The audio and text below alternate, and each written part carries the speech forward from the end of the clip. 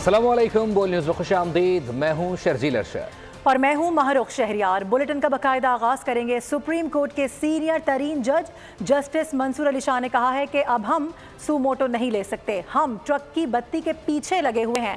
26वीं आईनी तरमीम भी क्लाइमेट फाइनेंस जैसा ही बड़ा इशू है।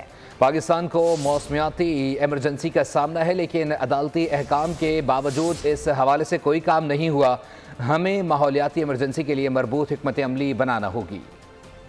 माहौलियाती तब्दीलियों से नबज़ आज़मा। पाकिस्तान दुनिया का 8वां बड़ा मुल्क जहां क्लाइमेट डिप्लोमेसी पर काम शुरू न हो सका। जस्टिस मंसूर अली शाह ने भी क्लाइमेट एक्ट नागुज़ीर करार दे दिया। लाहौर में निजी यूनिवर्सिटी के ज़ेर एहतमाम क्लाइमेट कॉन्फ्रेंस के इफ्तिताही सेशन से खिताब में जस्टिस मंसूर अली शाह ने कहा कि 7 साल में मौसमियाती तब्दीलियों के हवाले से कोई काम नहीं हो सका। हम ट्रक की बत्ती के पीछे लगे हैं। अदालतों ने हमेशा मौसमियाती एमरजेंसी के केसेस को संजीदा लिया। So to me it's like जिस तरह है ना कि ट्रक की बत्ती के पीछे हम लगे हुए हैं, there is nothing that's coming our way. So I just want to highlight that this global finance that we're talking about is not actually trickling down. Justice Mansoor ने कहा क्लाइमेट फाइनेंस ही क्लाइमेट जस्टिस है, लेकिन हमारे यहाँ administration के मसाइल बहुत हैं। जस्टिस मंसूर अली शाह का कहना था कि क्लाइमेट डिप्लोमेसी पर जल्द काम करने की जरूरत है।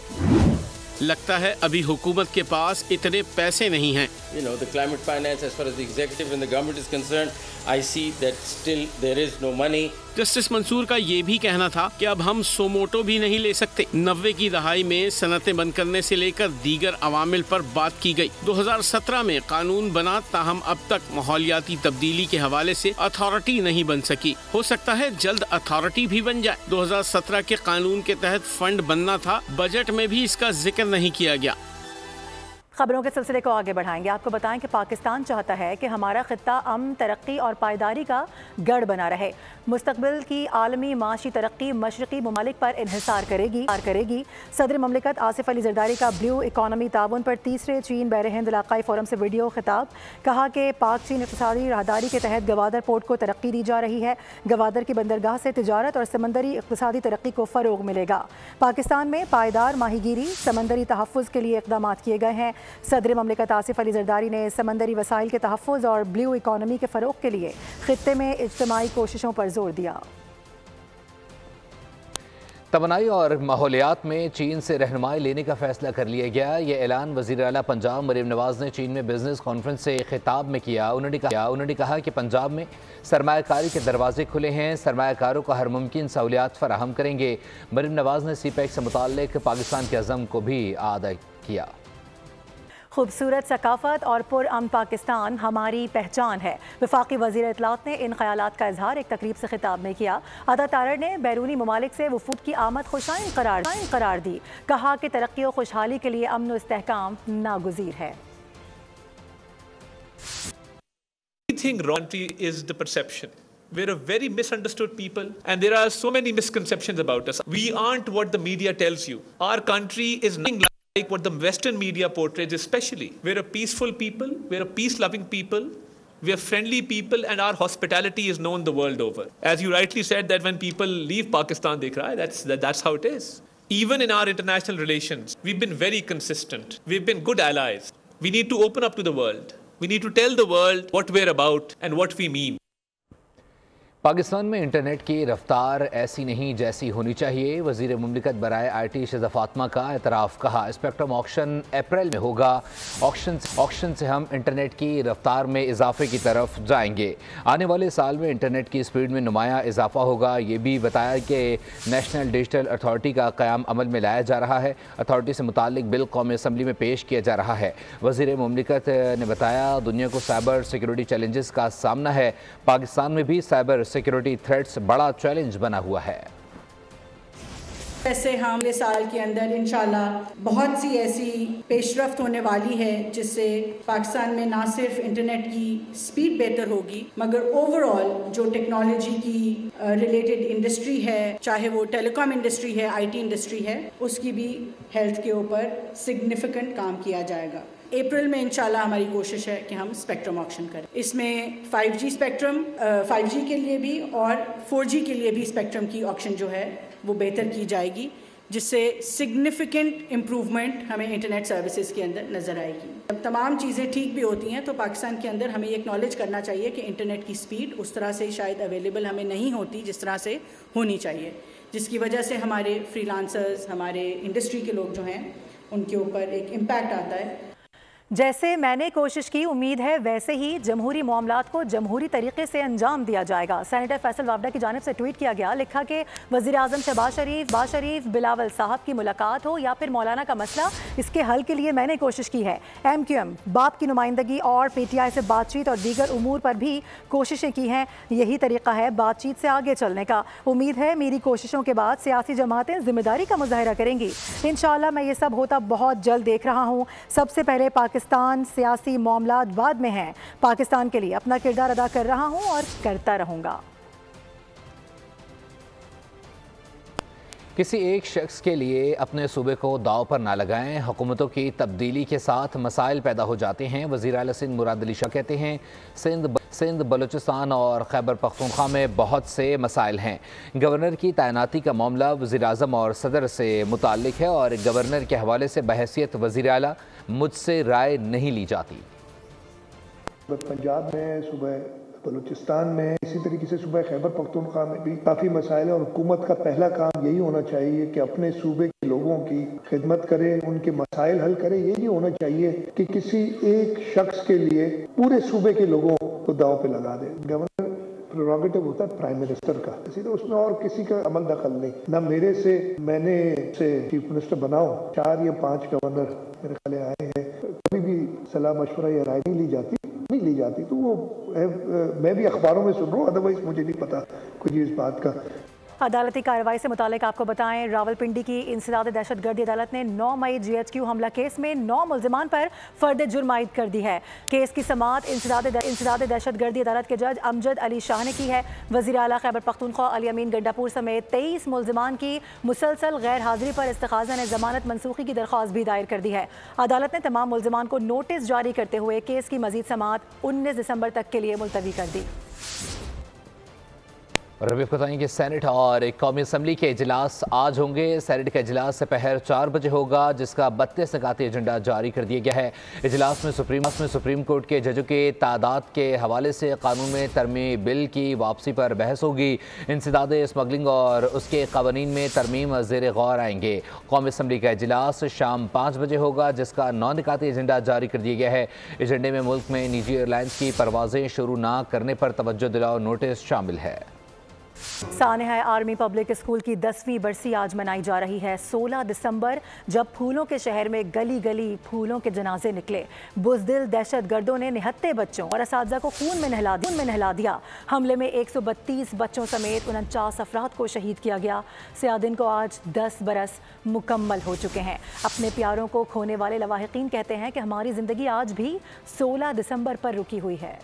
शहीदों की याद। दिसंबर आते ही मुल्क की फिजा सोगवार, जब बुज़दिल दहशतगर्दों ने सैकड़ों गोदें उजाड़ दी। बच्चों को बचाते हुए स्कूल प्रिंसिपल और असातिज़ा ने भी जानें कुर्बान की। 16 दिसंबर 2014 का तल्ख तरीन दिन, जब सुबह 10 बजे बुज़दिल दहशतगर्द आर्मी पब्लिक स्कूल पेशावर में दाखिल हुए। अक़बी दरवाजे से दाखिल होने वाले सफाक दहशतगर्दों ने ऑडिटोरियम में मौजूद बच्चों को निशाना बनाया। दहशतगर्दों की अंधाधुन फायरिंग से स्कूल के दरो दीवार खून से रंग गए। वाक़ई की तरह ही सिक्योरिटी फोर्सेस ने भरपूर कार्रवाई की। ऑपरेशन में दहशतगर्दों को उनके अंजाम तक पहुंचाया गया। सानेहा APS ने दहशतगर्दी के खिलाफ जंग में नई रूह फूंक दी, जिसके बाद नेशनल एक्शन प्लान तश्कील दिया गया और कबायली इलाकों से दहशतगर्दी का खात्मा हुआ। सानेहा आर्मी पब्लिक स्कूल पर सियासी क़यादत की जानिब से शोहदा को खराज अक़ीदत पेश किया गया है। सदर मुमलिकत का कहना है कि 16 दिसंबर 2014 के अफसोसनाक दिन दहशतगर्दों ने हमारे बच्चों और कौम के मुस्तकबिल पर हमला किया। वज़ीर आज़म का कहना था कि मुझ समेत पूरी कौम बच्चों और असातिज़ा को सलाम पेश करती है। सानेहा आर्मी पब्लिक स्कूल पेशावर के शहदा की 10वीं बरसी के मौके पर कौमी सियासी कायदीन की जानिब से भी खिराज अक़ीदत पेश किया गया। कायदीन ने अपने पैगामात में कहा कि सानेहा 16 दिसंबर सिर्फ स्कूल पर ही नहीं बल्कि इंसानियत, तालीम और पाकिस्तान के रोशन मुस्तकबिल पर भी हमला था। सानेहा APS के शौदा की 10वीं बरसी आज मनाई जा रही है। मुल्क भर की तरह लाहौर में भी सानेहा APS की याद में कुरान ख़ानी और शम्में रोशन की गई हैं। इसी हवाले से बात करेंगे, हमारे साथ अफजाल अब्बासी मौजूद हैं। अफजाल बताएगा इस हवाले से। जी बिल्कुल, मुल्क भर की तरह लाहौर में भी जो है वो साने APS के लिए दुआया तकारीब का अहतमाम किया गया है। शोहदा की याद में शमें रोशन की गई हैं। मैं इस वक्त लाहौर की जामे मस्जिद कुबरा में मौजूद हूँ, जहाँ पर कुल उलमा मसालिक बोर्ड के चेयरमैन मौलाना आसिम मखतूम ने ये अहतमाम किया है। उलमा साहब से बात करते हैं कि क्या मैसेज देंगे साने APS के हवाले से। ये शमें इस बात की अलामत है कि ये बच्चे भी मासूम हैं जिन्होंने कुरान ख़वानी की है। ये उस वक़्त शायद गोद में थे या उस वक़्त पैदा हुए, ये उनको नहीं जानते, लेकिन उनका तज़किरा जब होता है तो उनको खिराज तहसीन पेश करना ये एक मासूम बच्चे की भी मजबूरी बन जाती है। तो आज जब उनका यहाँ पे ज़िक्र हुआ तो हर आँख आज भी अश्कबार थी। ये ऐसा सानिया है कि ये भुलाया भी नहीं जा सकता। आज तमाम शोहदा के लिए बिलखुसूस साने APS के नन्हे शोहदा की याद में यहाँ पर शमें रोशन की गई। बहुत शुक्रिया अफजाल अपडेट करने के लिए। आपको बताएं कि ज़िला इंतज़ामिया की जानिब से भी APS शोहदा के लिए दुआया तकरीब का अहतमाम किया गया है। मज़ीद जानते हैं बोल न्यूज़ के नुमाइंदे आसिफ शहजाद से। आसिफ अपडेट कीजिएगा। जी बिल्कुल, सानिया APS को आज 10 साल बीत गए हैं, लेकिन उसके गम जो हैं आज भी ताज़ा ही हैं। पेशावर भर में आज दुआया तकारीब मुनक्किद की जा रही हैं, ख़त्मुल कुरान हो रहे हैं। ज़िला इंतज़ामिया की जानिब से भी ख़त्मुल कुरान का अहतमाम किया गया। DC साहब हमारे साथ मौजूद हैं। सर, क्या कहेंगे आज के दिलखराश वाक़ये पर? ठंडे ठार मौसम की बात करेंगे। मुल्क भर में खुश्क मौसम और शदीद सर्दी की लहर जारी है। आज पहाड़ों पर मजीद बर्फबारी और गिरने की पेशगोई कर दी गई है। उधर बलूचिस्तान की अखबस्ता हवाओं ने कराची का मौसम भी ठंडा ठार बना दिया है। मुल्क के तूलो अर्ज में कड़ाके की सर्दी, पारा नुक्ता इंजमात से नीचे गिर गया। लेह, स्कर्दू और स्तोर में पारा -11 रिकॉर्ड, जबकि कल्लात में -5, हुंजा में -4 और कालाम में -3 रिकॉर्ड किया गया। पेशावर में 2 और इस्लामाबाद में दर्जा हरारत 1 डिग्री तक पहुँच गया। लाहौर में 7, कराची में कम से कम 12 डिग्री रिकॉर्ड किया गया। कोयटा में भी दर्जा हरारत -2 डिग्री हो गया। उधर बालाई इलाकों में सफेद गालों की बरसात जारी है, जहां सख्त सर्दी के बाइस लोग घरों में महसूर हो गए हैं। कराची में सर्दी मजीद बढ़ने का इम्कान जाहिर किया गया है। महकमा मौसमियात के मुताबिक आइंदा 24 घंटे के दौरान मौसम खुश्क और रात में खुनक रहने, जबकि वक्फे से तेज हवाएं चलने का इम्कान है। और लिए चलेंगे आपको मलका कोहिसार मरी, जहाँ पर सयाहों की बड़ी तादाद मौजूद है। शदीद मौसम से लुत्फ अंदोज हो रहे हैं और कहा जा रहा है कि बर्फबारी का वगिस का इंतजार किया जा रहा है। बिल्कुल, मॉल रोड पर इस वक्त हमारे नुमाइंदे इस वक्त मौजूद हैं आरिफ सईद, उनसे वहाँ की सूरत हाल जान लेते हैं। आरिफ, अपडेट कीजिएगा। मलका कोहिसार मरी में बादलों और सूरज की आंख में चोली का सिलसिला जो वो जारी है। यख बस्ता हवाएं चलने से यहाँ पर सर्दी की शिद्दत में भी गैर मामूली इजाफा हो चुका है। दिन ढलते ही यहाँ पर दर्जा हरारत जो है वो नुक्ता जमात से गिर जाता है। स्याह जो है यहाँ पर माल रोड और दीगर तफरीह मकामात पर पहुंचे हुए हैं, जो यहाँ के नज़ारों से जी भर कर लुत्फ़अंदोज़ हो रहे हैं। मेरे साथ इस टाइम में कोई स्याह भी आई है, से पूछते हैं वो यहाँ कहाँ से आए हैं और यहाँ के मौसम और नज़ारों को कैसे इंजॉय कर रहे हैं। जी अस्सलाम वालेकुम जी, हम अफजाबाद से आए हैं और बहुत ही प्यारा दिलकश मौसम है यहाँ का, और बस इसी इंतज़ार में कि स्नोफॉल हो जाए।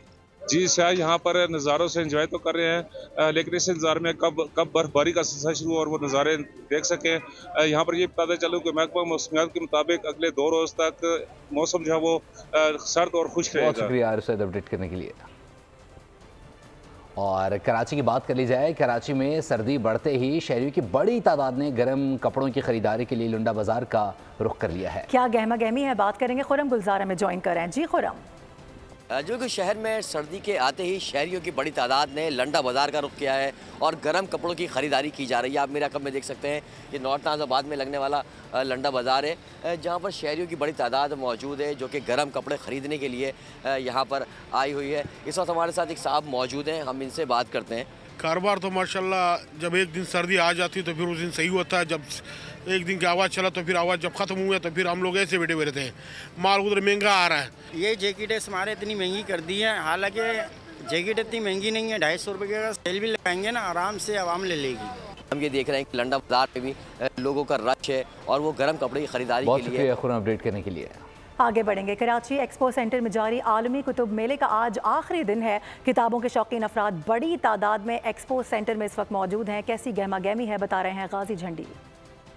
जी बिल्कुल, एक्सपो सेंटर में इंटरनेशनल बुक फेयर में हम मौजूद हैं। यहाँ पर ये पाकिस्तान का सबसे बड़ा किताबों का मेला सजा हुआ है एक्सपो सेंटर से, जिसको आज 5वां और आखिरी दिन है। लेकिन आज भी जो किताबों से प्यार करने वाले लोग हैं उनकी जो शिरकत है वो काबिल दीद है। तांता बंधा हुआ है, रश है अंदर और बाहर। मेरे साथ अभी मौजूद है कराची यूनिवर्सिटी की एक तालिबा जो यहाँ पर किताबें ख़रीद करने आई हैं, उनसे बातचीत करेंगे। बहुत अच्छी बुक्स लगी हुई हैं यहाँ पे, इंटरनेशनल और लोकल बुक्स हमारे पास बहुत अच्छी यहाँ पे हैं और बच्चों को इनकरेज करने के लिए एक्सपो सेंटर बहुत अच्छा एग्जिबिट हुआ है कि यहाँ पे हमारे पास सब तरीके की बुक्स हम लोग को मिल रही हैं और बच्चों को पढ़ना चाहिए। और मोबाइल्स और इन सब चीज़ों से हट के बुक्स के लिए बहुत अच्छा ये एग्जिबिशन लगाया हुआ है। किताबों के हवाले से पाकिस्तान का बहुत बड़ा मेला सजा हुआ है जिसमें हज़ारों बल्कि लाखों में लोग शरीक हो रहे हैं। और आज इसका और मुहिम जो ज़िल्लत और रसवाई का सबब बनी, कराची में नाज़ेबा हरकत का एक और वाक़या देखने को मिला है। उबाश नौजवान ने राह चलती खातून का लिहाज भी न किया। वीडियो मंजर आम पर आने के बाद मुलजिम को गिरफ्तार कर लिया गया।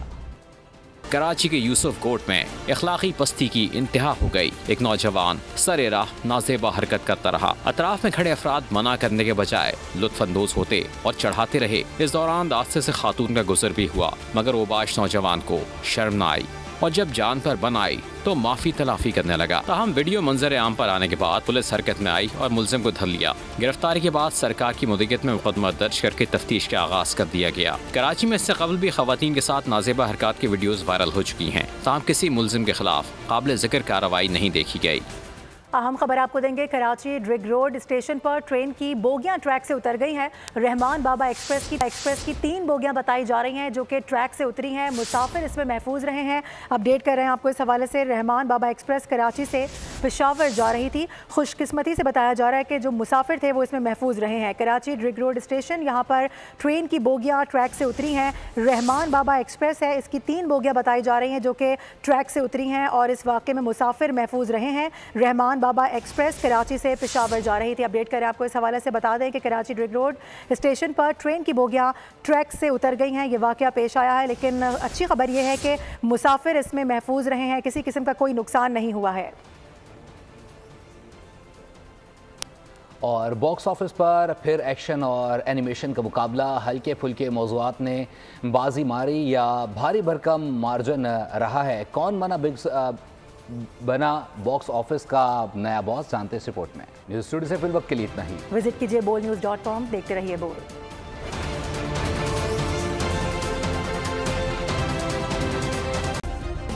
सब्सक्राइब करें और बेल दबाएं ताकि कोई खबर रह न जाए।